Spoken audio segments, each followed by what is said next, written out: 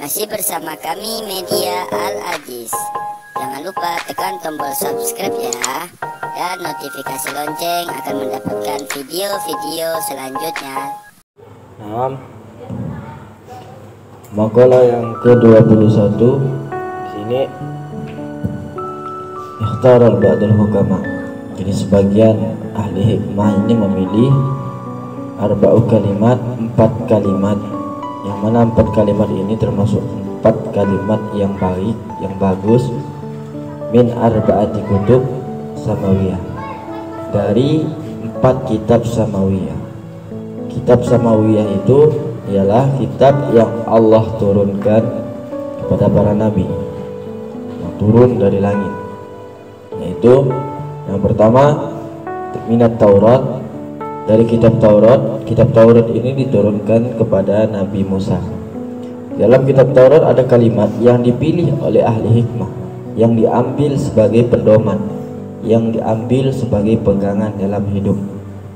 Yang pertama kalimatnya dalam kitab Taurat, man radiya bima a'tahullahu ta'ala istarah.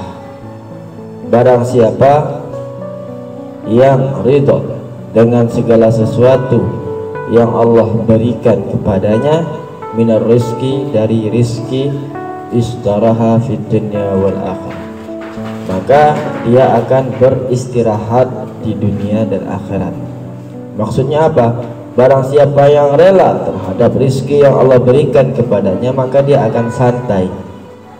Istarah di sini dimaksudkan apa? Hilang kelelahannya, capeknya hilang, lesuhnya hilang. Kenapa? Karena dia rela ikhlas dengan apa yang Allah berikan kepadanya, yang berupa rizki. Tapi kalau manusia yang tidak rela dengan pembagian Allah, maka dia akan sakit hati, kesal, capek-capek kerja dapat segini, ya otomatis dia kesal, ya kan, terasa capeknya. Tapi kalau dia ikhlas, ridho dengan apa yang Allah berikan kepadanya, yang penting dia sudah berusaha, dia sudah berdoa, dia sudah bertawakal, maka segala apapun itu yang Allah berikan kepadanya dari rezeki, dia akan menerima dan dia akan merasa puas, dan kelelahan yang ia dapatkan akan hilang. Nah, ini dari kalimat yang berada di dalam kitab Taurat. Jadi siapapun dari kita ketika mendapatkan rezeki, maka ridholah kita kepada Allah dari apa yang Allah berikan kepada kita berupa rezeki tersebut. Jangan sampai kita mengeluh. Jadi segala sesuatu yang Allah berikan itu pasti baiknya, pasti ada barokahnya. Belum tentu yang banyak itu ada berkahnya, belum tentu. Bisa jadi sedikit yang Allah berikan kepada kita itu mengandung barokah yang luar biasa.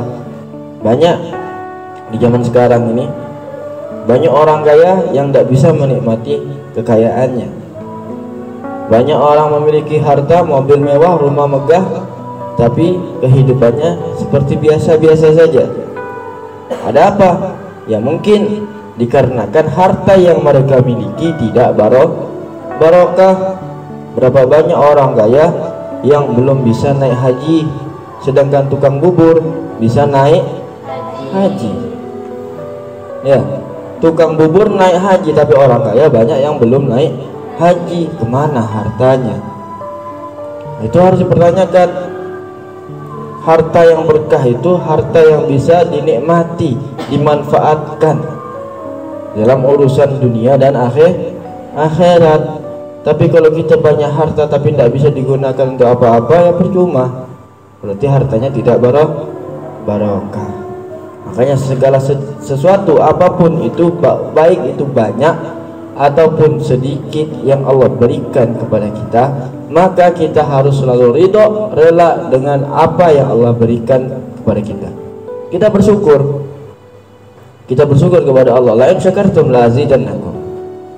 Jikalau kalian mensyukuri nikmat Allah, maka aku akan tambah, kata Allah. La in kafartum min adzabi lasadid. Jika kalian mengkufuri nikmatku, maka sesungguhnya azabku begitu pedih. Diazab oleh Allah. Jadi rela, udah ikhlas sudah. Yang penting kita udah usaha, ikhtiar, tawakal, doa. Ya, apapun yang kita dapatkan itu insya Allah lebih baik dari segala sesuatu, karena Allah lebih tahu daripada kita. Kenapa Allah memberikan demikian, jumlahnya sedikit? Ya mungkin kalau Allah diberikan banyak kepada kita, mungkin takut kita ini lalai, takut kita lupa, takut kita khilaf. Kalau sedikit, kita selalu ingat kepada Allah. Ada kalanya, ada waktunya Allah akan memberi kita lebih. Allah lebih tahu. Misalkan Allah tahu kita ini orangnya boros, ya Allah kasih sedikit. Tapi kalau kita dermawan, Allah kasih banyak. Bisa jadi seperti itu. Takutnya ketika kita kasih banyak, Allah memberikan kita kasih banyak, akhirnya kita lupa dengan kewajiban kita. Sebagaimana yang diceritakan, ada sahabat Nabi Sa'labah ketika minta kepada Rasulullah untuk didoakan apa? Kaya. Minta kaya. Tapi kata Rasulullah, sedikitmu ini lebih baik kalau kau bersyukur. Sedikit saja yang kau dapatkan tapi kau bersyukur, ini lebih baik daripada banyak nanti lupa. Tapi Sa'labah ini memaksa, dan akhirnya apa? Akhirnya Rasulullah mendoakan. Doanya Rasulullah langsung diijabah oleh Allah, langsung dikabulkan oleh Allah Subhanahu wa taala. Dan akhirnya Sa'labah menjadi orang paling kaya di Madinah. Karena kekayaannya itu, akhirnya dia meninggalkan yang namanya sholat berjamaah, sibuk ngurusin hartanya, sibuk ngurusin kambingnya. Padahal Rasulullah pernah bilang, sedikit yang kau miliki Sa'labah ini lebih baik daripada banyak, karena banyak akan membuatmu lupa, karena banyak akan membuatmu lalai dari kewajibanmu kepada Allah. Akhirnya ketika Sa'labah menjadi orang kaya, dia meninggalkan sholat berjamaah dan dia meninggalkan kota Madinah, pindah ke suatu lembah untuk mengurusi kambing-kambingnya. Dan ketika Rasulullah SAW mengutus dua sahabat untuk meminta zakatnya, apa jawaban Sa'labah? Sa'labah mengatakan, ini bukan zakat tapi ini pajak. Dan Sa'labah tidak memberi zakat tersebut. Dan kedua sahabat itu ketika pulang menuju Rasulullah, menghadap Rasulullah, sebelum sahabat itu berkata, Rasulullah sudah menjawab, celakalah Sa'labah. Rasulullah langsung mengatakan, celakalah Sa'labah. Dan ketika Sa'labah datang kepada Rasulullah untuk memberikan zakatnya, Rasulullah langsung menolak. Kenapa? Karena Allah tidak menginginkan, karena Allah yang menolaknya. Dan ketika Rasulullah wafat, digantikan oleh Sayyidina Umar, dari Sayyidina Abu Bakar bin Khattab, Sayyidina Abu Bakar As-Siddiq. Sa'labah datang lagi membawa zakat tersebut. Apa yang dilakukan oleh Abu Bakar? Menolak juga, sama seperti yang dilakukan oleh Rasulullah. Begitu juga Sayyidina Umar ketika menjabat sebagai khalifah. Sa'labah datang lagi kepada Sayyidina Umar untuk memberikan zakat tersebut. Namun apa yang terjadi? Sayyidina Umar pun menolak zakatnya. Karena apa? Karena Allah telah menutupnya. Jadi Sayyidina Umar mengikuti Sayyidina Abu Bakar, Sayyidina Abu Bakar mengikuti Rasulullah. Dan Sa'labah meninggal di dalam zaman Khalifah Sayyidina Utsman. Itu, makanya kekayaan itu bisa melalaikan kita. Jadi apapun yang Allah berikan kepada kita, walaupun itu sedikit, itu lebih baik dari segala sesuatu. Yang penting barokah. Yang penting barokah. Ya, uang 5.000 kalau barokah bisa dinikmatin. Tapi uang 1 juta kalau tidak barokah, apa yang mau dinikmatin? Kadang kita pernah merasakan ketika kita mempunyai uang banyak, dapat kiriman, tiba-tiba habis, tidak tahu kemana. Ya, kemana uangnya? Dibelikan apa? Ngerasakan pun tidak ada. tiba-tiba habis. Itu dipertanyakan apakah uang itu barokah atau tidaknya.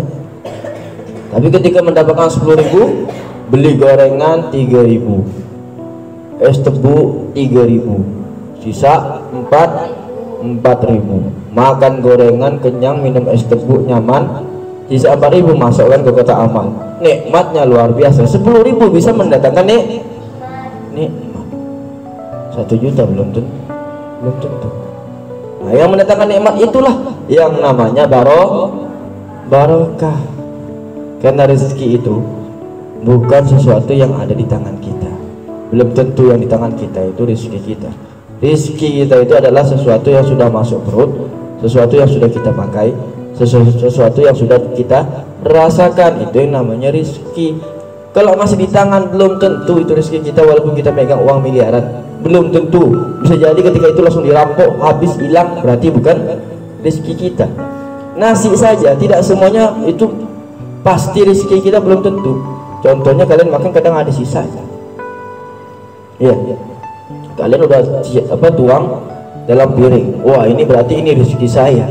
Ketika kalian makan masih ada berapa butir yang di piring, ya kan? Ketika itu dibawa ke dapur, dicuci, datang ayam dipetok-petok, berarti itu rezekinya siapa? Ayam. Terkadang kalian makan, kalian lupa bahwasanya ada butiran nasi di bawah bibir. Ini dekat mulut ini. Kalau bukan rezekimu tidak bakalan masuk. Ujung-ujungnya diapakan? Plug. Diusap oleh kalian. Jatuhlah 1 butir nasi tersebut dari bawah bibirmu. Berarti itu bukan rezekimu. Ya kan? Rezeki itu yang udah masuk dalam mulut, yang udah kita rasakan. Jadi kalau dibanding-bandingkan sebesar mana rezeki yang Allah berikan kepada kita, tidak ada yang sedikit, semuanya banyak. Allah memberikan rezeki kepada kita itu luar biasa banyaknya, tidak sedikit. Cuman manusia karena tidak bersyukur kepada Allah, dia selalu merasakan sedikit. Ingat, qalilu kala yuqalu qalilu. Sedikitmu jangan pernah engkau katakan sedikit. Kau syukuri dengan sesuatu yang sedikit, maka yang sedikit itu akan merasa banyak. Sedikit yang kita syukuri kita akan puas, sedangkan banyak yang kita tidak syukuri, yang merasa kurang, justru yang banyak itu akan tidak ada enaknya, tidak merasa nyaman. Paham? Nah, jadi di dalam kitab Taurat yang diambil oleh sebagian pakar ahli hikmah, itu barang siapa yang ridho, rela dengan apa yang Allah berikan kepadanya dari rezeki, maka dia merasa tenang, hilang rasa capeknya di dunia dan di akhirat. Terus wa minal Injil. Nah, dalam kitab Injil. Ini kitab Injil yang mana dulu? Injil banyak. Injil Matius, Barnabas, Yohanes. Yang mana nih? Nah, yang ada nama-namanya itu palsu. Ya, ini yang diambil oleh para ahli hikmah yang benar-benar meneliti dalam kitab-kitab tersebut. Dalam kitab Injil disebutkan, man hadama syahwat, barang siapa yang merobohkan syahwatnya, ai man tarakal mustaqad an-nafsi, yang orang yang meninggalkan keinginan nafsunya, azza, dia akan mulia di dunia wal akhirah. Jadi barang siapa saja orang yang melawan hawa nafsunya, maka orang tersebut akan menjadi orang yang mulia. Sebagaimana yang tadi saya katakan, orang yang melawan hawa nafsunya, menundukkan hawa nafsunya, berarti dia lebih mulia daripada malaikat. Ya. Orang yang bisa menundukkan hawa nafsunya, berarti orang tersebut lebih mulia daripada malaikat. Kok bisa lebih mulia daripada malaikat? Karena malaikat memang tak punya nafsu. Allah tidak memberikan kepada malaikat nafsu. Manusia diberikan oleh Allah nafsu. Tapi kalau manusia bisa menundukkan nafsunya, manusia bisa merobohkan nafsunya, maka manusia itu lebih mulia daripada malaikat. Namun sebaliknya, kalau manusia yang menuruti hawa nafsunya, mengikuti keinginan nafsunya, maka manusia ini akan menjadi hina. Lebih hina dari siapa? Dari syaitan. Kau mengikuti syaitan, berarti kau lebih hina dari setan. Karena memang nafsu itu godaan apa alat yang dijadikan oleh syaitan sebagai godaan untuk manusia. Jadi orang yang selalu menuruti hawa nafsunya, keinginan nafsunya, berarti orang tersebut lebih hina dari syaitan. Jadi kalau orang yang bisa menghancurkan, merobohkan syahwatnya, maka dia menjadi orang mulia dalam arti kuat di dunia wal akhirah, di dunia dan akhirat. Makanya kalau kalian ingin menjadi orang yang kuat, orang yang mulia di dunia dan akhirat, tundukkan syahwatmu, tundukkan keinginan jelekmu, tundukkan segala sesuatu yang mengajakmu dalam keburukan. Jangan pernah kau turuti dia. Karena setiap sesuatu keinginan yang mengajak dalam kejelekan itu adalah hawa nafsu. Karena hawa nafsu adalah ammaratu bisu, yang selalu mengajak dalam kejelekan. Terus wa minaz zabur, di dalam kitab Zabur, man tafarrada 'anil nas najah. Barang siapa yang menyendiri dari manusia, maka dia akan selamat di dunia wal akhirah. Menyendiri. Dia tidak mau ramai-ramai, dia mau tinggalnya di gunung, khalwat, dia bawa hartanya, ya kan, untuk biaya hidupnya. Dia khalwat di sebuah gunung, menyendiri di sebuah gunung. Di sana dia beribadah, di sana dia bekerja untuk mencari makan dalam kehidupannya sehari-hari. Dia tidak jauh dari keramaian. Dia sana menyocok nanam padi, nanam jagung, nanam tenggeng, ya kan, ubi. Untuk apa? Untuk biaya hidupnya sehari-hari. Nah, maka orang tersebut akan selamat. Selamat dari apa? Ya, selamat dari segala sesuatu musibah. Selamat dari segala sesuatu kehancuran. Karena memang kalau kita ngumpul sama orang, hidup bertetangga, ini banyak kehancuran sebenarnya kalau kita tidak hati-hati, ya. Banyak kebinasaan yang mana kalau kita itu tidak berhati-hati kalau ngumpul-ngumpul ramai-ramai hidup di bertetangga ini. Kenapa? Karena memang ketika kita diam bertetangga, nanti ada tuh tetangga yang gosip-gosipan, ya kan, ngomongkan, bincang sana bincang sini. Kalau kita tidak kuat, hancurlah kita. Kalau kita tidak mau berpegang teguh dengan pendirian kita, hancurlah kita. Kalau kita ngikut-ngikut orang, hancur gitu. Tapi kalau orang menyendiri, selamat. Dia tidak bakal ikut-ikutan. Tidak bakalan dia melihat tetangga itu pakai pakaian necis-necis. Tidak ada keinginan. Tapi kalau kita nengok tetangga punya mobil, pengen punya mobil. Tetangga punya rumah besar, pengen punya rumah besar. Tetangga punya bini dua, pengen punya bini begitu, ya. Jadi ini bahaya kalau kita tidak kuat. Kalau kita ini tidak kuat, maka kita akan meniru apa yang dilakukan oleh tetangga kita.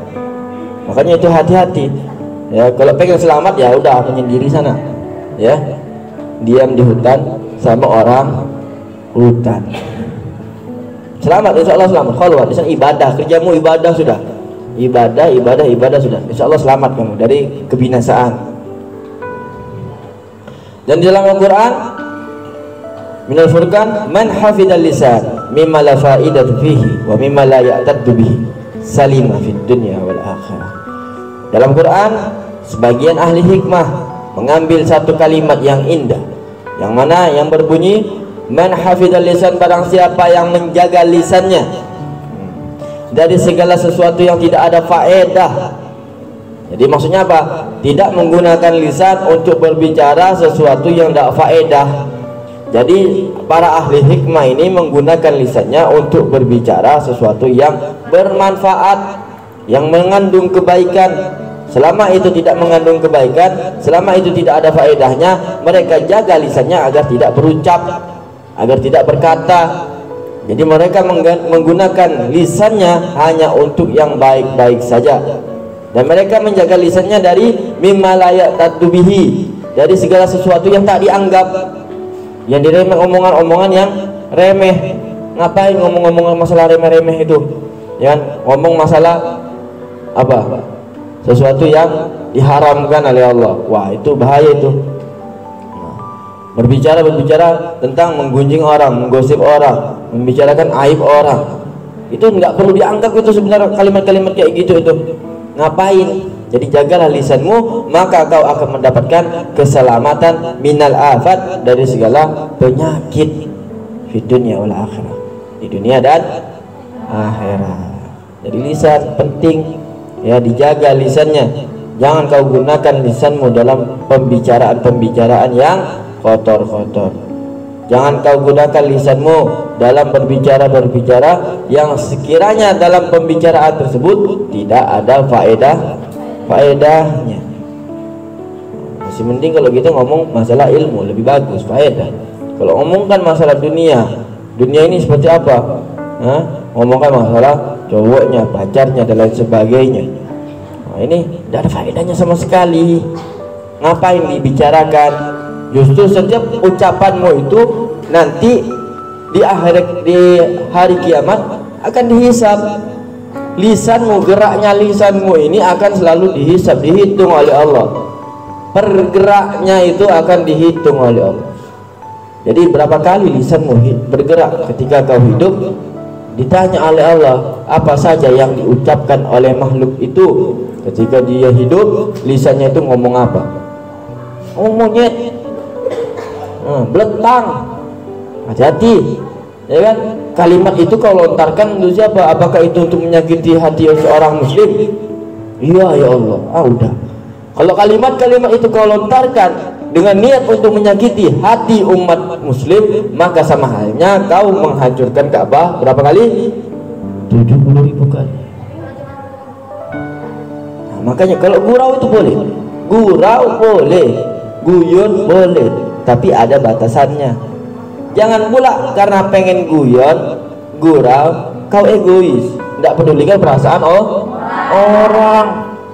Makanya kalau kalian pengen tahu perasaannya orang, misalkan kau mau ngomong sama orang monyet gitu kan, tanyakan kepada dirimu, apakah engkau mau dikatakan monyet?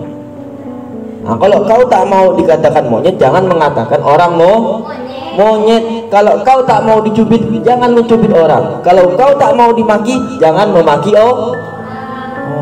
Kalau kau tak mau disakiti, jangan pernah menyakiti orang. Kalau kau tak mau di PHP-in, jangan pernah PHP-in Jadi seperti itu. Ya, jaga lisan. Kalau kau menjaga lisanmu, maka kau akan selamat dari berbagai penyakit. Ya, penyakit apa? Penyakit hati terutama. Ya kan? Hasud, fitnah, celaan, itu termasuk penyakit. Nah, kalau dijaga lisannya, insya Allah terhindar dari segala penyakit, baik di dunia maupun di akhirat.